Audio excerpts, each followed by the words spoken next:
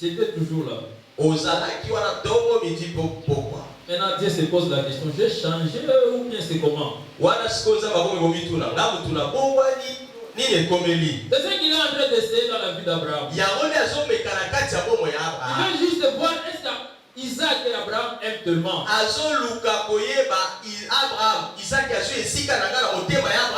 Il y a quelque chose. Est-ce que vraiment Abraham il pense encore à moi? Moi il ne me voit pas. Mais il est en train de voir Isaac. Parce que c'est aussi possible qu'Abraham puisse lui dire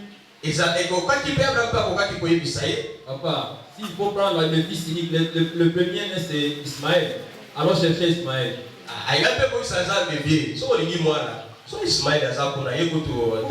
J'ai beaucoup d'esclaves ici. Demande même moi par cousin. Demande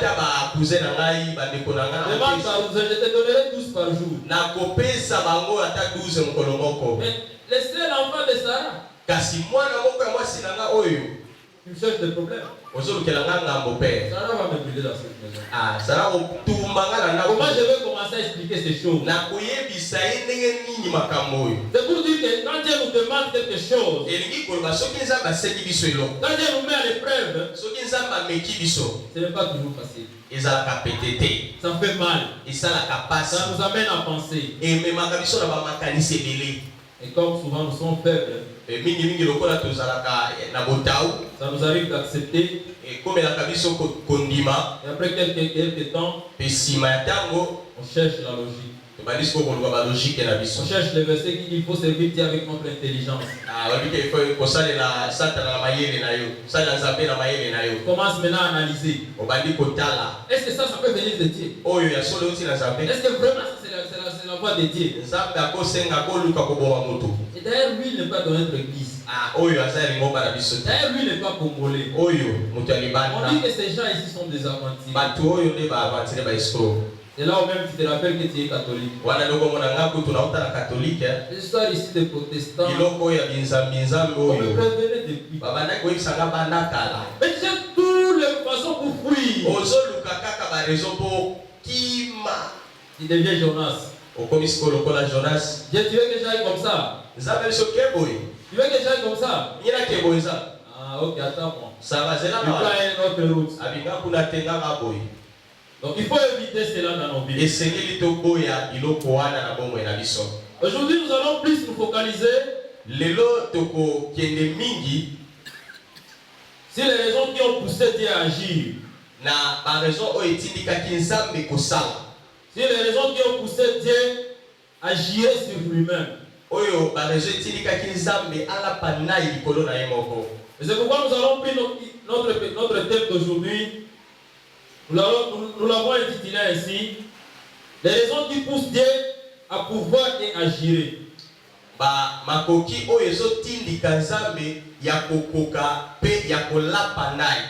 que vous allez voir dans l'histoire ici, avant qu'Abraham puisse avoir le bélier, Dieu va parler. Avant que Dieu puisse lui donner quelque chose, Dieu va lui expliquer la raison qui lui pousse à le faire.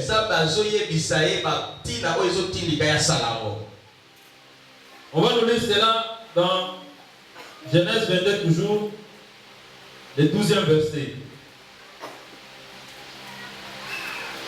L'ange reprit: ne porte pas la main sur le garçon, ne lui fais pas du mal, car maintenant je sais que tu révères Dieu, puisque tu ne m'as pas refusé ton fils unique. Alléluia. Amen. Dans ma version, on est en train de dire: maintenant, car je sais maintenant que tu crains Dieu. Donc la crainte de Dieu,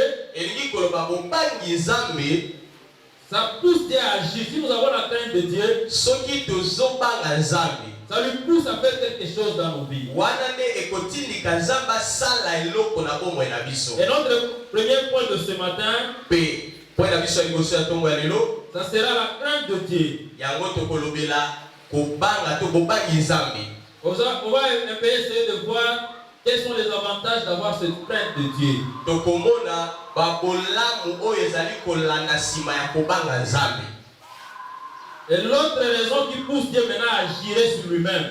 Pe raison mosusu oyo ezotindika Nzambe alapanda likolo na ye moko. Parce que quand vous voyez dans Genèse 12, pote soki botangi na kati ya mokanda Genèse 12 et Genèse 15, pe Genèse 15 lisusu, à chaque moment quand Dieu est en train de promettre à Abraham, na ntango nyonso Nzambe azolaka Abraham, il n'est pas en train de girer. ye azolapanda ye te. Mais ici, il gire. Kasi awa nde aye kolapanda ye. Si c'était un homme, on pouvait dire qu'il était émotionné. Soki ezalaki moto okoki koloba wana basentima emati ye nde alapinda ye. Alléluia. Alléluia. On peut nous lire le verset 16 jusqu'au verset 18.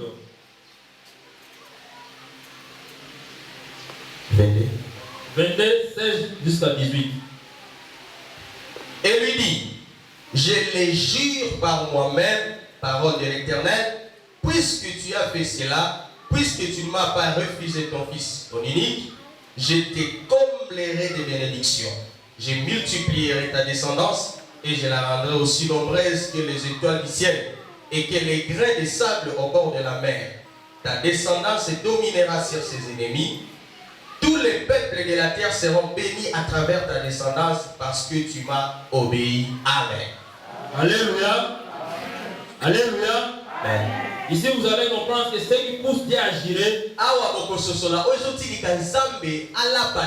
c'est parce qu'Abraham ne lui a pas refusé Isaac. Parce qu'Abraham a obéi. Abraham a dossaki Nzambe. Et notre deuxième point sera l'obéissance.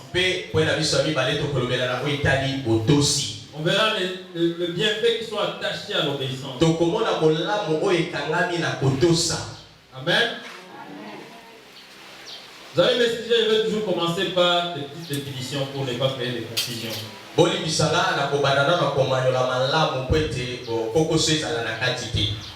La crainte de Dieu n'est pas la peur de Dieu. Alléluia. On peut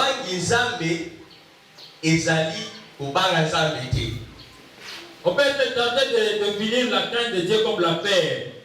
Et ça ne passe pas.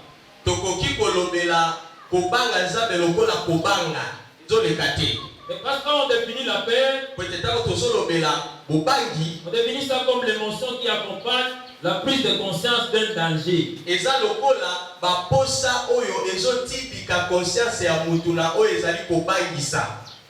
D'une menace. Et c'est ça la paix. On veut te tuer. Tu as peur de manquer quelque chose. Et si je manque l'argent demain, mes enfants ne vont pas aller à l'école. Mes enfants ne vont pas manger. Donc tu as peur de ce qui pourrait arriver dans le physique, qui pourra t'empêcher d'atteindre tes objectifs. Tu as peur d'une menace. Quelqu'un t'a dit qu'il va te tuer. Tu commences à avoir peur. À chaque fois que quelque chose se passe devant la maison, tu as peur. Donc avec la définition de la paix, ça ne colle pas avec la crainte de Dieu. Et c'est pourquoi nous allons définir la crainte de Dieu par le respect de Dieu. Alléluia. Parce que le respect, c'est le sentiment qui porte à accorder à quelqu'un.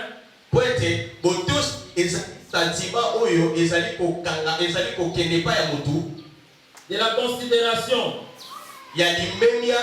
à raison de la valeur qu'on nous reconnaît. Et nous tous nous reconnaissons que nous sommes là parce que c'est Dieu qui a permis. Nous reconnaissons que dans notre vie, il est là. Nous le reconnaissons tous ces valeurs-là. On peut encore parler de la révérence. L'estime. Donc pour nous ici, la crainte, c'est le respect qu'on a envers ce Dieu-là. Alléluia. Alléluia. Donc Donc si nous rentrons maintenant dans notre texte de base, donc Dieu a donné à Abraham les brebis. Zambé a pesi à la kisi Abraham te. Il lui a donné des béliers. A pesi nyama. Parce que Abraham lui avait respecté. Pete Abraham a tosaki. Abraham est allé au-dessus de l'amour qu'il avait pour Isaac. Ye Abraham akenaki alekaki akenaki likolo ya bolingo azalaki epai na mwana na ye. Et le respect qu'il avait pour Dieu Pe otosi azalaki nango epai na Nzambe était au-dessus de cet amour-là. ezalaki likolo ya bolingo na ye epai ya mwana. Alléluia. Amen. Alors la question qu'on peut se poser, motuna osiko esengeli to bituna. Est-ce que dans notre vie, na bomoi na biso il n'y a pas des choses qui nous empêchent à respecter Dieu? ete ezala makambo ezopekisa biso te totosa Nzambe? C'est la question qu'il faut se poser quand on est en train de prier. Nde mituna esengeli to mituna soki tozobondela. Quand on est seul dans notre chambre, soki toza na kati ya chambre na biso. Regardez s'il n'y a pas quelque chose ou quelqu'un tala soki eza na eloko te to mutu te qui t'empêche de respecter Dieu. oyo azopekisa yo otosa Nzambe. Et tu es le premier à se plaindre. Pe oza moto ya liboso koyimayima. Oh, moi je ne vois encore rien. Oh, nga nazomona eloko te. Il y a quelque chose que Dieu attend chez toi. eza na eloko oyo Nzambe azozela epai na Et tu yo. puisses lui placer au-dessus de toutes choses. Yo otia ye likolo ya nyonso. Et tu puisses lui placer au-dessus de tes Isaac. Otia Nzambe likolo ya ba Isaac na yo nyonso. Alléluia. C'est pas facile mais que Dieu nous aide. Eza petete me Nzambe asunga biso kaka. Les intérêts de la crainte de Dieu. Ba olamu oyo ezolanda na kobanga ezolanda sima kobanga Nzambe. Quand nous vivons dans la crainte de Dieu, tango tozobika na kati ya kobanga Nzambe, comme Genèse nous le dit, lokola Genèse azoyebisa biso, Genèse 22, 12 à 13, Dieu est appelé de pouvoir pour notre vie. Nzambe azokoka na tina na biso. C'est lui qui donne donc ce dont tu as besoin. Nzambe oyo apesaka nyonso oza nango posa. Respecte-les. Tosa ye kaka. C'est parmi les secrets. Nde moko ya basekele. Et cette crainte-là. Zala na bobangi wana. Alléluia. Si nous vivons dans la crainte de Dieu, soki tozobika na kati ya kobanga Nzambe, nous haïssons le péché. wana nde tokoyina masumu. Nous haïssons le mal. Tokoyina mabe. Et c'est là nous le retrouvons. Wana tokokuta yango. La Proverbe 8. Na kati ya Proverbe 8. Le verset 13. Verset 13 na yango. Alléluia. Amen. Quelqu'un peut nous lire cela? Proverbe 8, 13. Nous lisons Proverbe 8, verset 13, au nom de Jésus. Je déteste l'orgueil, la suffisance, la conduite mauvaise et la bouche menteuse. Amen. Donc quand nous vivons dans la crainte de Dieu, nous devons haïr le mal. Si toi tu n'haïs pas le mal, pas même évite le mal, tu les haïs. Donc tu ne vis pas encore dans la crainte de Dieu. Parce que quand la véritable crainte de Dieu est en nous, nous haïssons le mal. C'est pas même que quand toi-même tu le fais. Donc tu as maintenant la nature de Dieu. Même quand tu vois le mal, tu te sens mal en toi. Alléluia. Et Dieu nous aide. C'est pas facile. L'autre intérêt que nous trouvons, nous avons la vie. Et ça nous le trouvons dans Proverbe 14. Proverbe chapitre 14. Le verset 27. Verset 27. La Bible dit ceci. La crainte de l'Éternel est une source de la vie. Pour détourner les pièges de la mort. Donc il y a des petits secrets dans la Bible. Ça ne te demande même pas d'aller dormir avant Nginginging. Ça ne demande pas de jeûner 40 jours.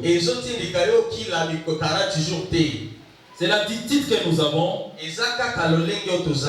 qui nous amène à être victorieux. Parce qu'ici on est en train de dire la crainte de l'Éternel est une source de vie. Donc si tu veux avoir la vie, il faut vivre réellement dans la crainte de l'Éternel pour détourner des pièges de la mort. Oh, démon.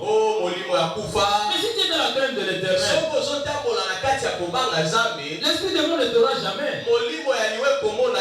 Parce que la Bible est en train de rassurer que là tu seras en train de te détourner de tous les pièges que la mort sera en train de placer sur toi. Alléluia. Vous trouvez que nous sommes plus avantagés si nous vivons dans la crainte de l'Éternel. Ça devient une vie aisée, une vie facile. On ne force plus rien. Les choses arrivent de soi-même. Parce que seulement nous avons découvert qu'il faut avoir la crainte de l'Éternel. Parce qu'ici Dieu est en train de dire à Abraham, oui, je vois que maintenant tu as la crainte de moi. Laisse ton fils prendre les béliers. C'est pas parce qu'il est allé jusque là d'abord. Mais parce qu'il a ce respect là devant Dieu. Il est reconnaissant. Il sait qu'il est redevable à ce Dieu. Il sait que même si moi je respire, c'est grâce à lui. Même si aujourd'hui Isaac respire, c'est grâce à lui. Si me demande comment je vais dire non. Alléluia. Ben, souvent ça nous arrive dans la vie. Et puis on commence à regretter. Oh, on m'avait déjà dit. J'avais refusé.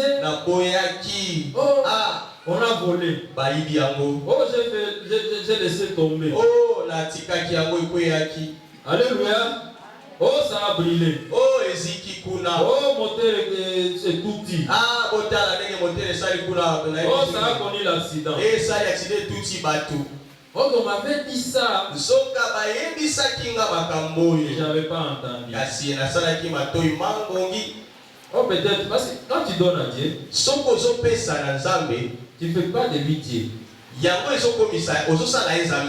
est déjà Dieu.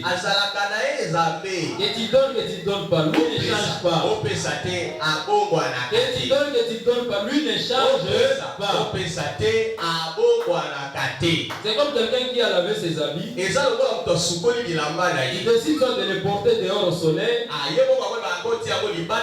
Il laisse avec ça dans ta maison. Et tu les mets au soleil. Tu ne le mets pas. Le soleil ne va pas changer. Ça reste pas le soleil. Mais tu seras plus avantagé si toi tu amènes ça au soleil. Mais si tu gardes ça dans la maison, ça va moisir. Si tu poses ça comme ça, ça peut te porter des maladies. Donc tu es plus perdant.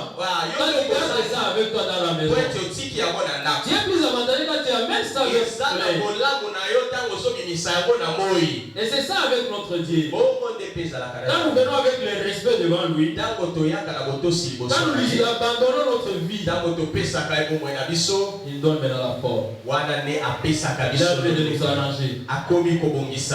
Il est en train de dire non, non, tiens, assez plaire. Ne plaire plus. Parce qu'il me respecte. À travers toi, le monde va me glorifier. À travers toi, ta famille va dire que oui. Et puis il y a un Dieu qui est vivant. Quand tu es venu vers lui, maintenant tu t'enfermes dans ton coin. Le diable s'occupe de toi. Tu n'auras pas de secours. Alléluia. Alléluia. Donc tout ça c'est pour notre avantage. Nyonso oyo eza kaka pona bolamu na biso. Donc on doit décider. Esengeli tozwa mokano. C'est comme ça que Paul est en train de dire. Wana nde Paul azoloba. On doit servir Dieu avec notre conscience. Ça doit être par motif de conscience. Esengeli tosalela Nzambe na makanisi na biso. On doit être conséquent. Esengeli tosalela yango toyeba eloko tozosala. On ne doit pas faire comme si on faisait la blague. Et tosala yango te lokola lisano moko boye. Dimanche tu es chrétien. Dimanche toza mokristo. Les avant-midi. Na tongo boye. À partir de 15h. Soki ekomi 15h. Ah. Bon, ici il est déjà. Awa. Toi-même tu sais. Voilà. Donc oyebi. Oyebi. Non, non, c'est pas ça. La crainte de Dieu, kobanga Nzambe, ça doit refléter notre vie. Yango esengeli ekokana na bomoi na biso. Ça ne doit pas être quelque chose de quelque temps. Yango esengeli ezalaka kelo moko ya tango moko boye après lingoma ici. Que tu ici. sois avec des gens, ozala na bato. Que tu sois seul, ozala yo moko. Que tu sois dans le pays, ozala na kati ya mboka que tu sois na yo, dehors du pays, ozala libanda mboka na tu yo. dois vivre cela. Ça doit être ta vie. Esengeli obika ezala lolenge na yo. Alléluia. Alléluia. Que Dieu nous aide. Nzamba songa biso. C'est pas facile. Eza PTT. Nous avons dit que notre deuxième point sera l'obéissance. Tolobaki eloko na biso ya mibale tokolobela otosi. L'obéissance qui est le fait de se soumettre à quelqu'un. Otosi oyo elingi koloba mutu andimi kofanda na se ya mutu moko. C'est conformer à ce que quelqu'un ordonne ou défend. Kondima eloko mutu azoyebisa ye. C'est plier à quelqu'un. Ezali kofukama liboso na mutu moko. Ici Dieu nous demande d'obéir à ce qui est sa parole. Awa esengeli totosa liloba na Nzambe. Parce qu'Abraham a obéi à ce que Dieu lui a dit. Abraham atosaki de oyo Nzambe ayebisaki. Aujourd'hui Dieu nous parle à travers la Bible. Lelo Nzambe azolobela biso na nzela ya Biblia. Il nous parle à travers ses serviteurs. Azolobela biso na nzela ya basali na ye. Est-ce que nous obéissons? Emotuna totosaka. Que chacun se pose la question. Mutu moko na moko amituna motuna. Que chacun se pose la question. Moko na moko kati na biso amituna motuna. Vous allez découvrir avec moi dans l'histoire d'Abraham. Il est monté seulement avec Isaac.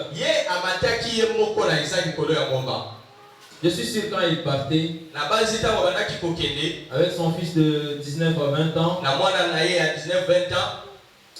Abraham plairait au fait fond de lui. Il avait mal. Au fait fond de lui, il se disait, est-ce que vraiment Dieu, tu ne peux pas demander autre chose? Je suis riche en toute autre chose sauf en enfant. Il n'y a que celui-ci avec ma femme légitime. Donc, il n'y a que lui que tu peux demander. Tu m'as donné des chèvres, des vaches. Comment que je puisse tuer même une centaine, un millier? Mais pourquoi seulement lui? Au fait fond de lui, ça faisait mal. Mais parce que lui savait écouter le langage de Dieu, il est resté persévérant dans cette obéissance. Il a marché. Et la Bible nous dit, après 3 jours, ils sont arrivés. Donc il avait 3 jours pour revenir sur ce qu'il avait accepté.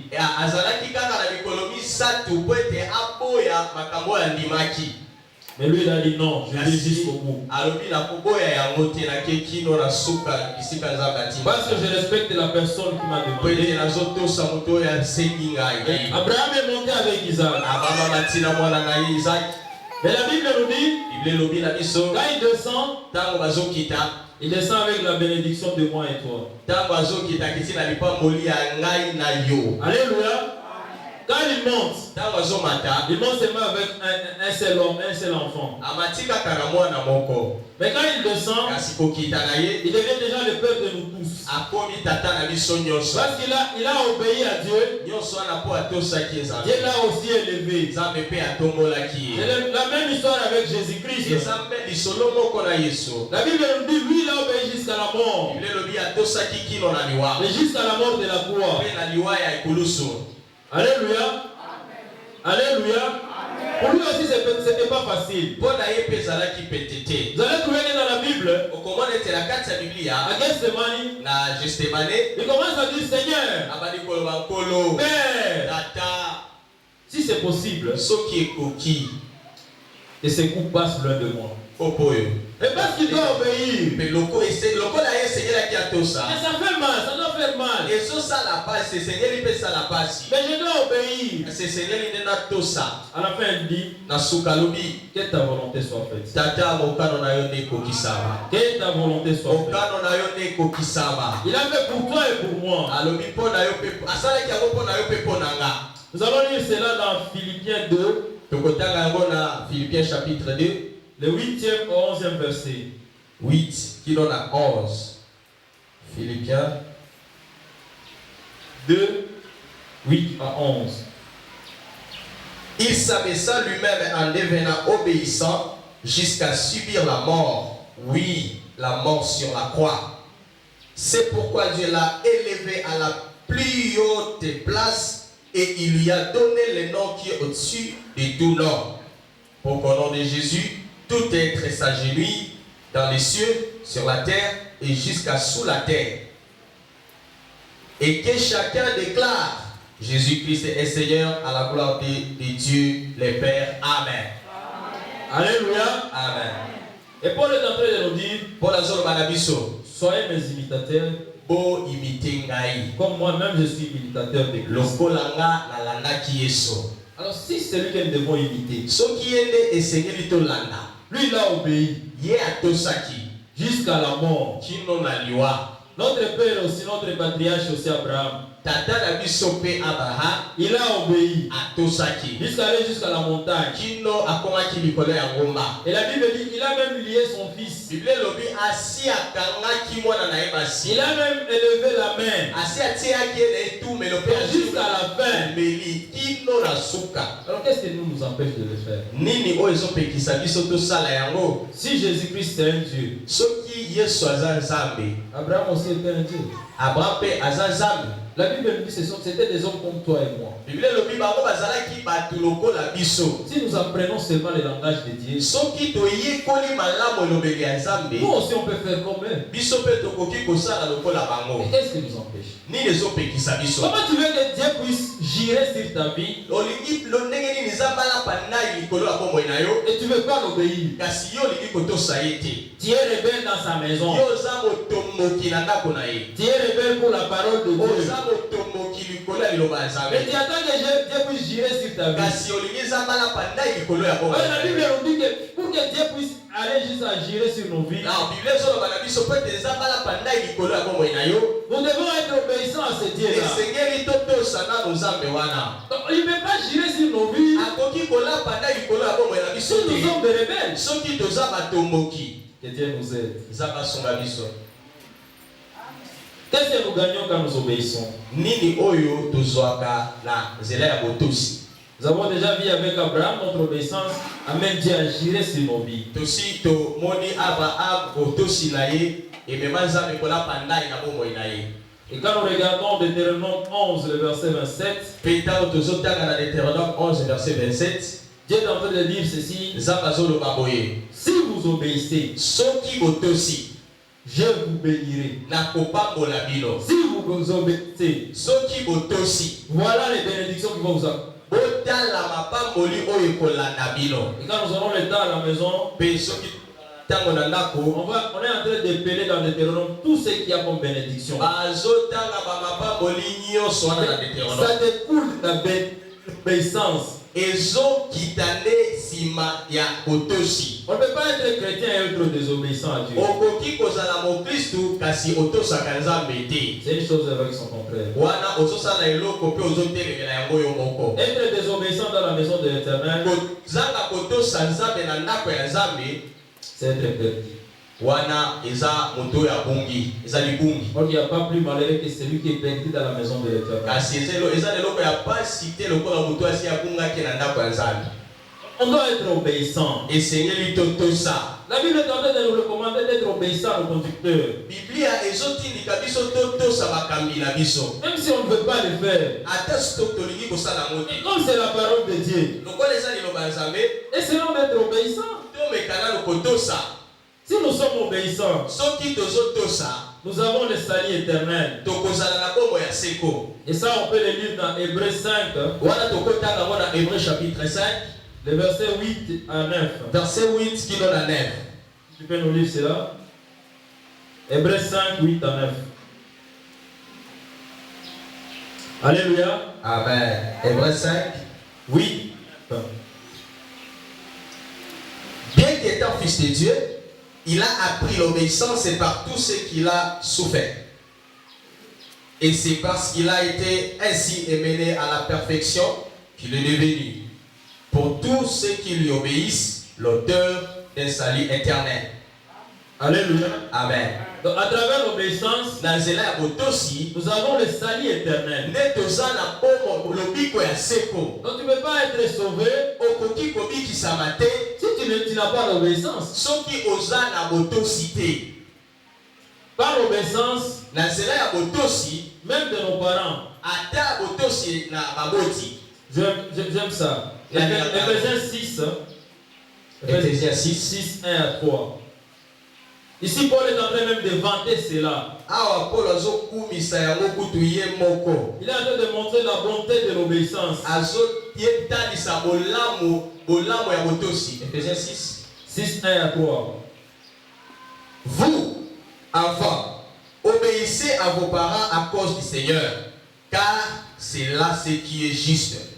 Honore ton père et ta mère, c'est le premier commandement auquel une promesse est rattachée, pour que tu sois heureux et que tu jouisses d'une longue vie sur la terre. Amen. Alléluia. Donc même pour être heureux sur la terre, pour avoir une longue vie sur la terre, on est en train de nous dire que le secret c'est dans l'obéissance. Donc quand on n'est pas obéissant, bien aimé, attendons bien. Petite condition. Si Abraham n'avait pas la crainte de Dieu, il ne pouvait jamais dire Jéhovah Jireh. Si Abraham n'avait pas obéi à Dieu, jamais Dieu ne pouvait jurer sur le nom d'Abraham. Alléluia. Amen. Pour que nous puissions aussi vivre ces choses,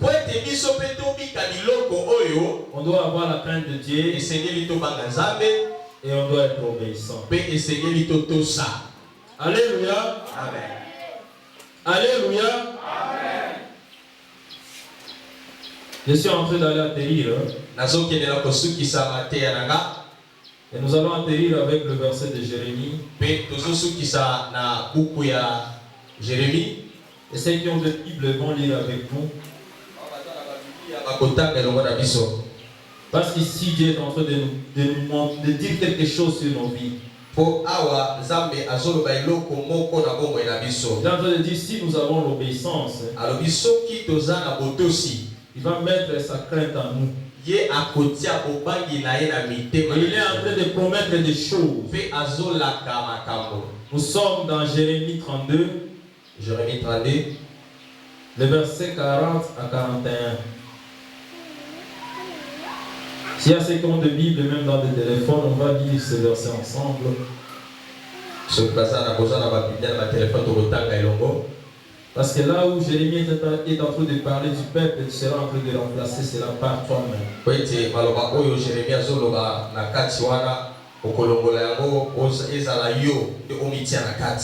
Alléluia. Amen. Alléluia. Donc aujourd'hui, nous devons retenir des choses. Si nous voulons pousser Dieu à agir dans notre vie, à nous donner le matériel, à nous donner ce que nous venons lui offrir, nous devons avoir la crainte de Dieu. Si nous voulons amener Dieu à prophétiser sur nos vies, qui gire sur nos vies, nous devons obéir à sa parole. Nous sommes debout. Nous voulons lire Jérémie 32, le verset 40 à 41. Je lis d'abord pour nous, comme moi j'ai interprété ces choses. La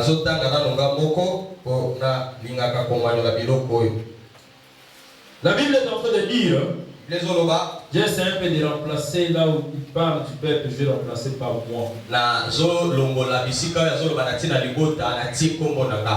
Dieu dit, je traiterai avec toi qui est obéissant une nouvelle alliance éternelle. Donc Dieu veut faire un nouveau départ avec toi. Je ne me détournerai plus de toi. Je te ferai du bien. Et je mettrai ma crainte dans ton cœur, afin que tu ne sois pas éloigné de moi. Donc la crainte de Dieu nous attache à Dieu. Je prendrai plaisir à te faire du bien. Et que tu laisses Dieu mettre sa crainte dans ton cœur. Parce qu'il est en train de dire, peut-être l'homme n'est pas capable d'avoir le respect pour Dieu. Et c'est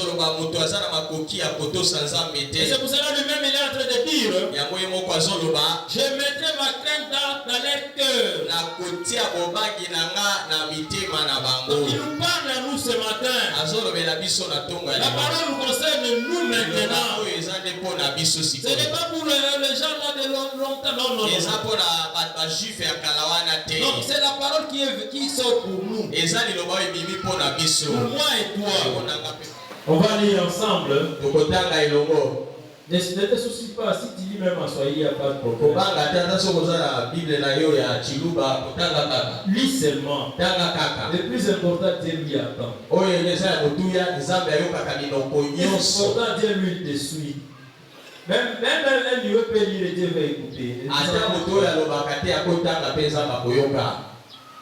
On lit ensemble à 3. 1, 2, 3. Avec. Je me détournerai plus de toi. Je te ferai du bien. Je mettrai ma crainte dans ton cœur, dans mon cœur à moi. En fait, Alléluia. Et je planterai véritablement.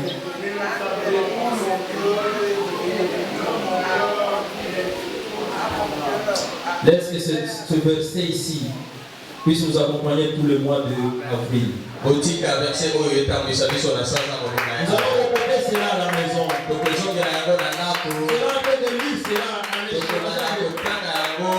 avec moi. Parce que Dieu veut le faire pour toi. Donc tu vas élever la voix. Tu seras en train de dire à Dieu, Père, je suis prêt. Je suis prêt pour que tu avec moi. Je suis prêt pour que tu mettes ta crainte dans mon cœur. Ta voix là où tu es, bien-aimé.